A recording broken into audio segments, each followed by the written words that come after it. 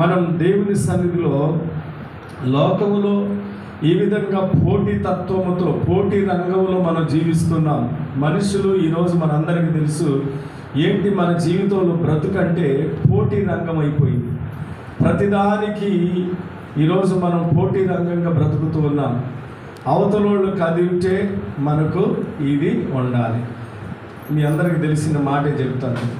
అవతలోళ్ళలాగా మనం బ్రతకాలి అని అవతలోళ్ళలాగా మనం చూస్తే మనం ఎప్పుడూ మనశ్శాంతిగా మనం బ్రతకలేము. ఇది మనందరికీ తెలిసిన మాటే గుర్తు చేస్తున్నాను. అవతలోళ్ళు అట్లా సంపాదించుకుంటున్నారు, వాళ్ళు అట్లా ఉన్నారు, నాకు అది లేదు అని మనం ఎప్పుడైతే అవతలోళ్ళు చూసి మనం పోల్చుకుంటూ ఉంటామో మనం మనశ్శాంతిగా మనం బ్రతకలేము.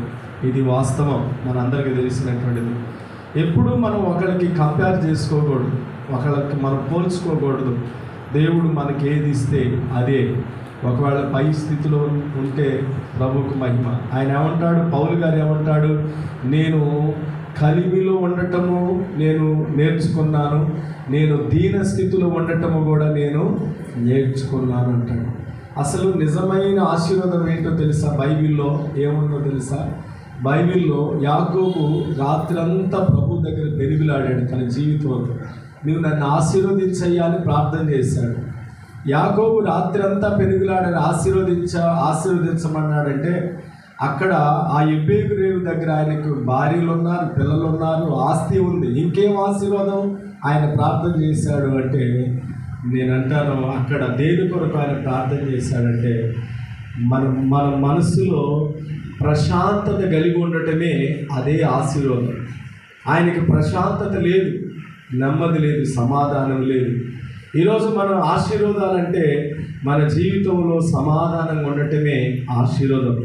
కాబట్టి ఏ వ్యక్తి అయితే దైవ భయం కలిగి ఉంటారో, ఏ వ్యక్తి అయితే అందరికంటే ఎక్కువగా నేను భక్తి చేయాలని ఆశ కలిగి ఉంటారో, దేవుడు వారికి ఏమిస్తాడో, ఏ స్థితిలో దేవుడు వారిని ఉంచుతారో నేను కొన్ని మాటలు మీకు బైబిల్లో గుర్తు చేస్తాను. చదువుదాం చూడండి. దేవుని వాక్యంలో యెషయా గ్రంథంలో నుండి ఐశ్వర్యము ఏమండి ఏంటంటే యెహోవా భయము వారికి ఐశ్వర్యము. మనకు ఐశ్వర్యము అనేది దేవుని యందు భయము భక్తి మనం కలిగి ఉంటేనే మనకు ఐశ్వర్యం అండి. రాత్రి చాలా విషయాలు ప్రభు మనతో మాట్లాడాడు.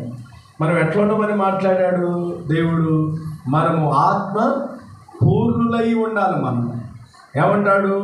ఇదిగో మీరు మద్యమందు మత్తులై ఉండకుడి. మా ఎవరైనా తలకాయ పెట్టి నిద్రపోతున్నా స్వార్థం గారు ఉండకుడి. దాని యందు ఏమై ఉంటుందా? ఏముందంట? దుర్వ్యాపారము. దుర్వ్యాపారం అంటే నష్టం.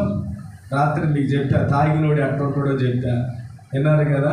చెప్పండి ఒకసారి, 2 సార్లు 2 మాటలు చెప్పండి. 4-5 చెప్పే దాంట్లో తాగినోడు ముందు నడక మారింది,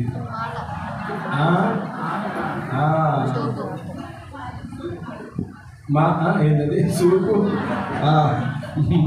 మాట మారింది, చూపు మారింది, నడక మారింది, పని ఇప్పుడు తాగినోడు కంప్యూటర్ కాదు, ఇంటర్నెట్ చేస్తాడా? ఇంటర్నెట్ దాన్ని కంప్యూటర్ని లీడ్ చేయగలుగుతాడా? వాడు ఎటో నొక్కుతుడు, పని చేయలేడు కదా. అంటే పని మారింది. తర్వాత ఇంకేంది? వాడి ఆలోచనలు కూడా, అంటే మాట అన్నదాన్ని కరెక్ట్గా ఏదేదో మాట్లాడుతుంటాడు. వాడి ఆలోచన కరెక్ట్గా దేనిలో మునిగిపోయాడు వాడంటే మధ్యంలో ఉన్నటువంటి వ్యక్తి. ఇప్పుడు అందుకనే మనము ఆత్మపూర్ణులుగా ఉంటే మన నడక, మన మాట, మన చూపు, మన యొక్క ఆలోచన, మన ప్రవర్తన అంతా కూడా మారింది. అందుకే మీరు ఏమై ఉండమని చెప్పాడు రాత్రి మనం విన్నాము. మీరు ఆత్మపూర్ణులై ఉండండి, ఆత్మపూర్ణులుగా మీరు ఉండండి అంటే మనం ఎప్పుడై ఆత్మపూర్ణులు అనే మాటకి ఇంక కొద్దిగా వివరణ 2 మాటలు చెప్తారు. రాత్రి చాలా విషయాలు గుర్తు చేశాను. కొంతమంది ఆత్మపూర్ణులు అనే మాటకి ఏం అర్థం చేసుకుంటారంటే పరిశుద్ధాత్మ పొందుకుంటారు, వాళ్ళు ఏదో భాషలో మాట్లాడతారు, అదంటుంది ఆత్మపూర్ణులు, అది మన వల్ల కాని పనిలే కానీ అని అనుకొని ఇక దాని గురించి ఇక పక్కన పెడతారు ఆ సబ్జెక్ట్ని. అయితే అది ఆత్మ నడుచుకోనండి. తర్వాత ఏమన్నాడు? క్రీస్తు పరిమళ వాసనగా మిమ్మల్ని ఉండటానికి, ఏ వాసనగా ఉంచడానికి మనల్ని? పరిమళం ఏంటంటే కంప్లీట్గా ప్రభువుని కలిగి ఉండటం మనలో. అంటే దేవుని వాక్యం ధ్యానం చేస్తూ. పౌలు శీలను రాత్రి విన్నారు. ఎక్కడ పాటలు పాడారు వాళ్ళు? ఏ స్థితిలో పాడారు వాళ్ళు? దెబ్బలు కొట్టి వారి వస్త్రాలు లాగేసి కాళ్ళకు బొండాలు బిగించి అవమానపరచబడినప్పుడు వాళ్ళ హృదయంలో ఏది నింపబడిందంటే దేవుడు వాక్యం, దేవుడు నింపబడ్డాడు. దైవికంగా వాళ్ళు పరిపూర్ణ అయిపోయారు. అంటే ఆత్మ వరాలు వేరు, ఆత్మ నింపుదలు వేరు. అందుకని మనం ఎప్పుడు కూడా దైవ సంబంధమైన మనసు కలిగి ఉండాలి. నువ్వు ఆఫీసులో పని చేస్తున్నావా, వ్యాపారం చేస్తున్నావా, లేకపోతే నువ్వు ఏ పనికి పోతున్నావు, ఎక్కడున్నావు, నువ్వు దేవుని గురించినటువంటి ఆలోచన నీ మనసులో ఉండాలి. ఎప్పుడు దేవుని స్తుతిస్తూ ఉండాలి.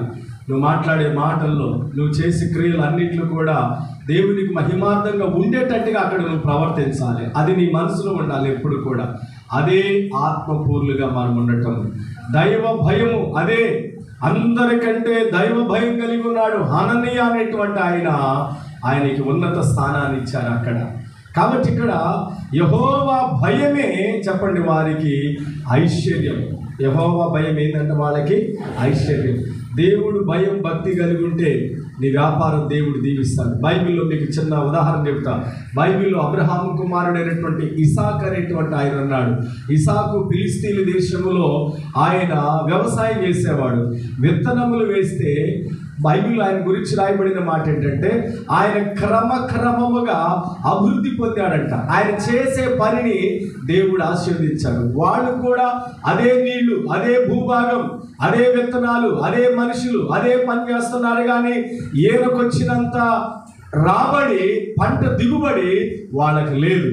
ఈరోజు నువ్వు దైవ భయం కలిగి భక్తి కలిగి ఉంటే నీ వ్యాపారం సేమ్ నీలాంటి వ్యాపారం అవతలోడు చేయొచ్చు, నీలాంటి పనులు వాళ్ళు చేయొచ్చు, నీలాగనే వాళ్ళు కూడా కష్టపడొచ్చు. కానీ వాడు పడ్డదానికి నీవు దేవుని భయం భక్తి కలిగి ఉంటే నువ్వు చేసే కష్టార్జితము నిశ్చయముగా నీవు అనుభవిస్తావు, నువ్వు దీవించబడతావు. నువ్వు ఎప్పుడైతే దేవుని భయం భక్తి లేకోకుండా ఉంటుందో నీ దగ్గరకు వచ్చేటువంటి ఆ సంపద అంతా కూడా చినిగిపోయిన సంచిలో వేసినట్లుగా వ్యర్థంగా అది ఖర్చు అయిపోద్ది. ఏదో ఒక ప్రమాదాలు, ఏదో ఒక నష్టం, ఏదో ఒక రకమైనటువంటి పరిస్థితులు, లేకపోతే ఏదో ఒక రకంగా ద్వారాలు మూయబడతాయి. ఈరోజు ప్రియులారా, దైవ భయం కలిగి యెహోవా యందు భయం కలిగినటువంటి వారు ఎట్లుంటారంటే ఐశ్వర్యం. ఈ వాక్యం ఏం చదివాము? యెహోవా భయం, దేవుని యందు భయభక్తులు కలిగి ఉండటం మనకు ఆస్తి. నేను జనరల్గా ఒక ఇద్దరు ముగ్గురు పేర్లు చెప్తా. దేవుని భయం